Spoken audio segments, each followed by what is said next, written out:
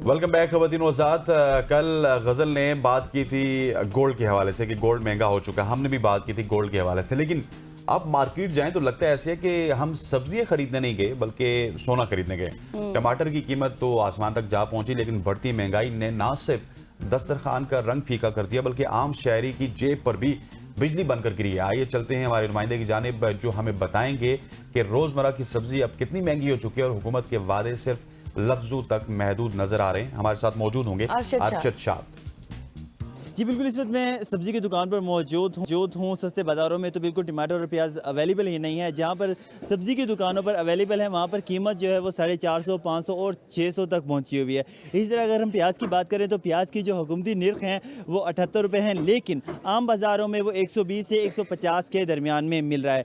और जो बाकी सब्जी है उसकी कीमतें भी आसमान छू रही हैं। हमारे साथ कुछ ग्राहक मौजूद है, इनसे बात करने की कोशिश करते हैं। अस्सलाम वालेकुम सर, ये बताइएगा कि टमाटर इस वक्त जो है वो 500, 550, 600 तक फ़ी किलो पहुंच चुके हैं, क्या कहिएगा? वालेकुम सलाम। जैसा कि हम रोज़ बाज़ार में आते जाते रहे हैं, सब्ज़ी वाले से भी हमारा लेन देन होता है और दुकानों से भी, लेकिन टमाटर मिल ही नहीं रहा, बिल्कुल नहीं मिल रहा। और टमाटर की रेट 500 क्या कि 700 तक पहुंच गई है। किसी जगह में 700 रेट है इसकी किलो। तो यही गुजारिश कर सकते हैं कि कोई रहम करे आवाम पे, कुछ रहम करें कि हालात बहुत ख़राब हैं। सर जी, मैं अभी अपारा में आया हूँ, तो जो अपारा के कॉर्नर पे जो एक सब्ज़ी वाला है तो उससे मैंने टमाटर की बात की, तो वो ये कह रहा है कि जी 600 रुपया किलो टमाटर है, तो मैंने ला ही नहीं। फिर मैं ये नेक्स्ट वाले पे आया तो ये मुझे ये कह रहे हैं कि जी 500 रुपया है, जबकि गवर्नमेंट लिस्ट जो है वो अनाउंस किया हुआ है 180। अब ये बताएं कि ये क्या जुल्म है? या तो कोऑर्डिनेशन नहीं है गवर्नमेंट की आवाम के साथ, या उनको एहसास ही नहीं है कि जी आवाम पिस रही है, या क्या सूरत हाल है। तो ये तो एक आम बंदे की तो पहुंच से बहुत दूर सब कुछ निकल गया है, और यही हाल बाकी चीज़ों में भी है। टमाटर और फ्रूट जो है वो अब लेने वाला नहीं है, तो मैं तो सोच रही थी कि टमाटर लूँ या ना लूँ। 480 रुपीज़ kg है। जो वीकली बाज़ार है उनमें तो है ही नहीं, तो आई डोंट नो कि ये कैसे चलेगा। दही जो है वो 250 का kg है जो आम खुला, और टमाटर 480, मतलब डबल प्राइस है। तो मेरा ख्याल है दही इस्तेमाल कर लें तो बेहतर है। कोई भी चीज़ अब गरीब बंदे के लेने के तो लायक ही नहीं रही ना। मैं एक मल्टीनेशनल कंपनी के साथ काम करता हूँ, मेरा काम ये परचेजिंग का है। तो पिछले दिनों 2-3 दिन ऐसा रहा है कि जो पर्पल गोभी होती है जो सैलड में इस्तेमाल होती है, 3 दिन वो हमें मिल ही नहीं है पूरे बाज़ार में। तो हालात ऐसे हैं। कल टमाटर जनाब 2200 रुपये 5 किलो मिल रहे थे। तो कुछ चीज़ें ऐसी हैं जो इतनी महंगी और फिर मिल भी नहीं रही हैं बाज़ार में ना। शॉर्टेज उसकी इतनी हो गई है कि फ्रूट्स को आप देख लें, वो उस जैसे इतने म्यारी भी नहीं है, लेकिन उनके रेट्स इतने हैं कि आम बंदे को लेने वो औसत नहीं रही। बात ये है कि सब्ज़ी भी महंगी हो गई है, फ्रूट भी महंगा हो गया। अभी फ्रूट भी ये इतना महंगा दे रहे हैं, कई दफ़ा मेरे इनके साथ मतलब लड़ाई हो गई है। मैं ख़ुद जो है ना DC ऑफिस में होता हूँ, ठीक है।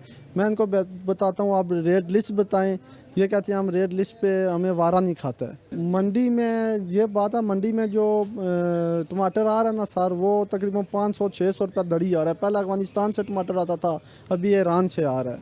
तकरीबन 500-550 रुपया दड़ी पड़ता है इनको। हद से ज़्यादा महंगाई हो गई है। टमाटर तो बहुत ही ज़्यादा महंगे हो गए हैं, 500 रुपये किलो दे रहे हैं। मैंने तो टमाटर की जगह दही इस्तेमाल करना शुरू कर दिया है, और बल्कि बाज़ लोग तो बेचारे जो ख़रीद नहीं सकते, अफोर्ड नहीं कर सकते, उनके लिए तो बहुत ज़्यादा मुश्किल है। और सब्ज़ियाँ क्या, पहले तो सब्ज़ियाँ अफोर्डेबल थी कि बंदा खा सकता था, अब तो वो भी आपकी पहुँच से बाहर निकल चुकी है। तो गरीब बंदा क्या करे, क्या खाए? मेरा तो ख्याल है कि बहुत ही ज़्यादा महंगाई, इस पर सोचना चाहिए हुकूमत को। दुकानदार से जानने की कोशिश करते हैं कि सब्जियों के रेट इतने ज़्यादा आए रोज़ क्यों बढ़ रहे हैं। सर ये बताइएगा कि सब्जियों के रेट आए रोज़ इतने ज़्यादा क्यों बढ़ रहे हैं?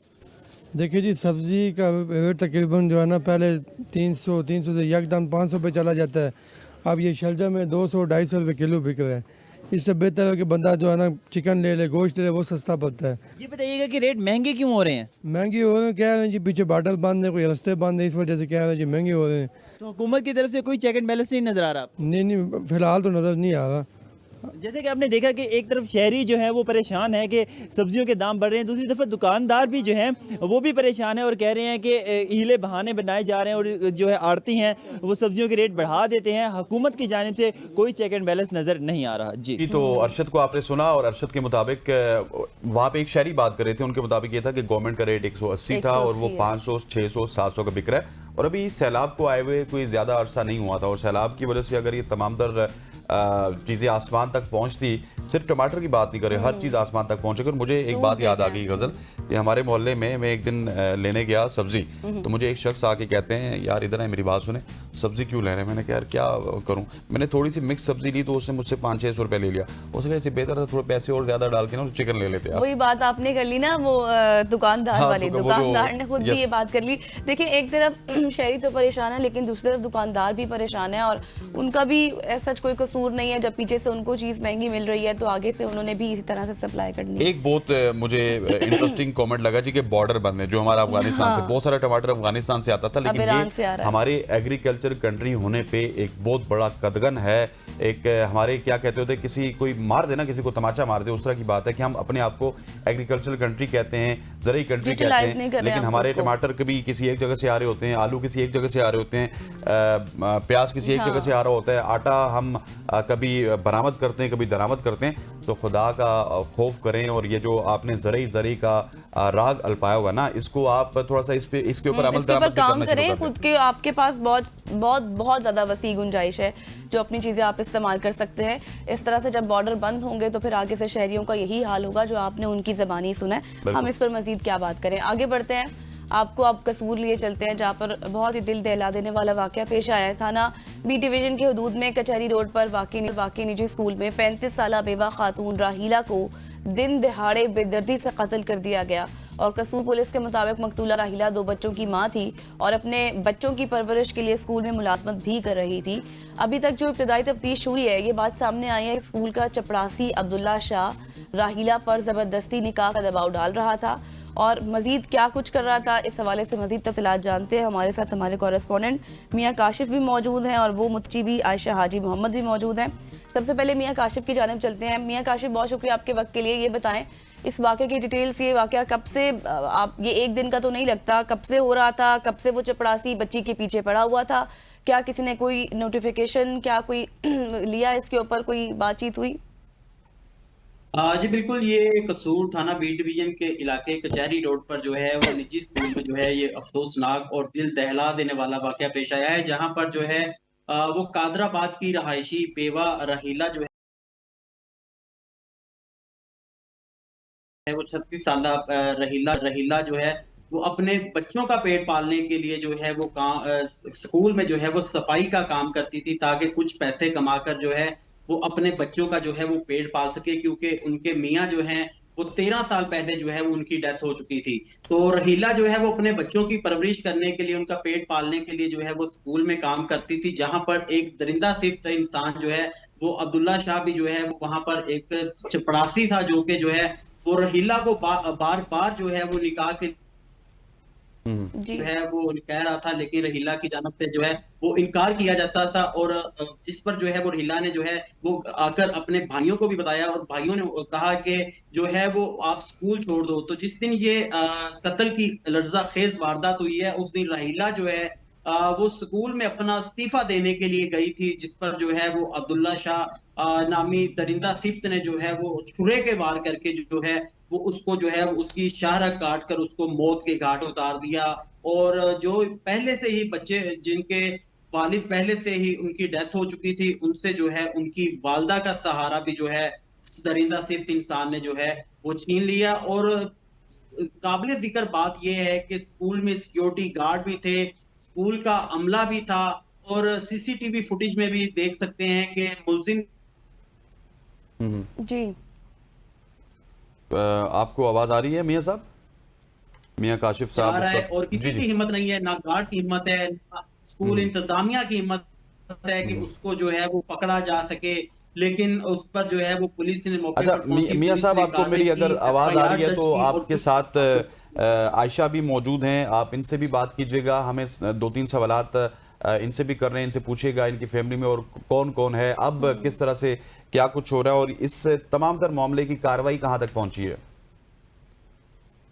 यशा बेटा क्या कहेंगे आप, आपकी वालदा को जो है वो कत्ल कर दिया गया, इस मुतालिक क्या कहेंगे आप? हम छोटे छोटे थे जब हमारे वालिद फौत हो गए। मेरी वालदा ने हमें स्कूलों में काम करके इतना बड़ा किया है। मेरी वालदा इकरा स्कूल में काम करती थी, जहाँ पे अब्दुल्ला नामी बंदे ने मेरी मम्मा को कत्ल कर दिया है और हमें बेसहारा कर दिया है। मेरा भाई मेरी मम्मा की छुट्टी लेने गया हुआ था। मेरी मम्मा ने पहले भी स्कूल इंतजामिया को इसकी इतला की है कि एक बंदा मुझे तंग कर रहा है, और स्कूल इंतजामिया ने इस पर कोई एक्शन नहीं लिया। इनकी लापरवाही की वजह से उसने मेरी मम्मा को कत्ल कर दिया है। अगर स्कूल इंतजामिया कोई एक्शन लेती तो शायद आज हमारी मम्मा हमारे साथ होती। मेरा भाई मेरी मम्मा को लेने गया हुआ था स्कूल से, और भाई इंतजार कर रहा था, और उस बंदे ने मेरी मम्मा का कत्ल कर दिया है। जहाँ पे कत्ल हुआ है वहां पे कैमरे भी मौजूद नहीं थे, हालांकि पूरे स्कूल में कैमरे मौजूद है। वहां पे ये स्कूल इंतजाम होती है, वहां पे कैमरे नहीं थे। उनको चाहिए था कि वहां पे भी कैमरे मौजूद होते। जब उस बंदे ने कत्ल कर दिया तब भी वो सीढ़ियों से बड़े आराम से जा रहा है। सही। वीडियो कोशिश नहीं की। सही। अच्छा मियाँ काशिफ, जिस तरह से आयशा खुद बता रही हैं कि मुतादिद बार उनकी वालिदा ने स्कूल इंतजामिया को शिकायत की है, क्या आपकी बात हुई है स्कूल इंतजामिया से? उनका क्या मौक़िफ़ है इस पर?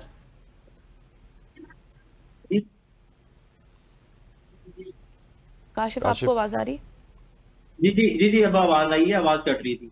अच्छा काशिफ, ये बताएगा, जिस तरह से आयशा ने खुद जिक्र किया कि उनकी वालिदा ने कई बार स्कूल इंतजामिया को इतला दी कि ऐसा उनके साथ हो रहा है, क्या आपकी बात हुई है स्कूल इंतजामिया से? क्या मौक़िफ़ है उनका? स्कूल इंतजामिया से तो हमारी बात नहीं हुई, लेकिन अफसोस के साथ कहना पड़ रहा है कि स्कूल आज भी खुला हुआ है। ना पुलिस की जानब से कोई कार्रवाई की गई है स्कूल इंतजामिया के खिलाफ, और ना ही जो है दीगर आला अफसरान की जानब से जो है वो स्कूल इंतजामिया के खिलाफ कार्रवाई की गई है। जबकि ये बच्ची का, जब हमारी इस प्रोग्राम से पहले बात हुई थी तो ये बच्ची कह रही थी कि हमारी मामा ने घर आकर भी जो है वो 2-3 दफा कहा था कि वहां पर एक बंदा मुझे तंग कर रहा है। मैंने स्कूल इंतजामिया को भी कहा है, लेकिन वो भी जो है इस पर कोई भी जो है वो इस मेरी शिकायत का अजाला नहीं कर रहे। और आज स्कूल खुला हुआ है, इसकी मम्मा कत्ल हो गई है, लेकिन किसी ने जो है वो स्कूल इंतजामिया के खिलाफ जो है वो कोई एक्शन नहीं लिया और ना ही उनके खिलाफ कोई कार्रवाई की है। बिल्कुल ऐसे। अच्छा ये बताइएगा कि जो मुजरिम था उसके हवाले से क्या अपडेट है, उसके हवाले से क्या कुछ एक्शन लिया है पुलिस ने? मुजरिम तो जो है वो पुलिस ने गिरफ्तार कर लिया था, और पुलिस जराए का ये कहना है कि मुलजिम की जो पहले ही 2 शादियां हो चुकी और ये अब तीसरी शादी करना चाहता था, जिस पर जो है वो रहीला की जानब से इनकार किया गया। मुतअद्दिद बार जो है वो इनकार किया गया, जिसके बाद उसने जो है वो तैश में आकर जो है वो रहीला का गला काट कर उसको जो है वो हमेशा के लिए जो है उसका खात्मा कर दिया। अच्छा मियाँ काशिफ, ये आयशा से भी बात कराएगा। आयशा, ये बताएगा, आपकी वालिदा ने घर आकर आपसे भी जिक्र किया कई बार, क्या आपके ख़ानदान में आपका मजीद वालिदा के अलावा कोई बड़ा नहीं था जो आपकी वालिदा का साथ दे सकता या उसके खिलाफ कोई कार्रवाई पहले से रिपोर्ट कराता?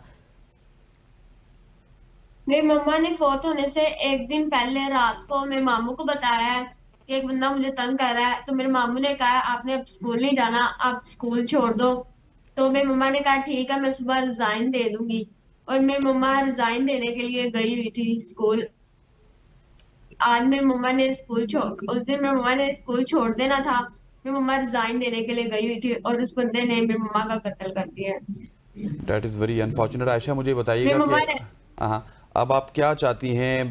इस वक्त आप वज़ीर आला पंजाब से रिक्वेस्ट कर सकती हैं और दीगर लोगों से रिक्वेस्ट कर सकती हैं, आपका क्या मुतालबा है? मैं वज़ीर आला पंजाब और सब लोगों से दरख्वास्त करती हूँ हमें इंसाफ दिया जाए। मरियम नवाज तो खुद को कहती है ना, मैं आप लोगों की माँ हूँ, तो अब माँ बन के दिखाए, मुझे मेरी मम्मा का इंसाफ दे। इतने दिन हो गए मेरी मम्मा को कत्ल हुए, उसने कुछ नहीं किया, उसने कुछ भी नहीं किया। वो स्कूल खुला हुआ है, सब उसी तरह चल रहा है, कोई एक्शन लिया, बस उस बंदे को पकड़ लिया है। हमें इंसाफ दिया जाए, बस इतना ही कर देना काफी नहीं है।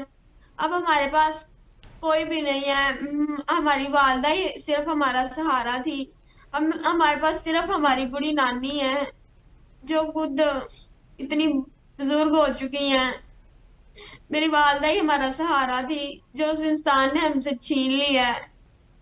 मैं दरख्वास्त करती हूँ हमें इंसाफ दिया जाए, मरियम नवाज इस पर कोई एक्शन ले।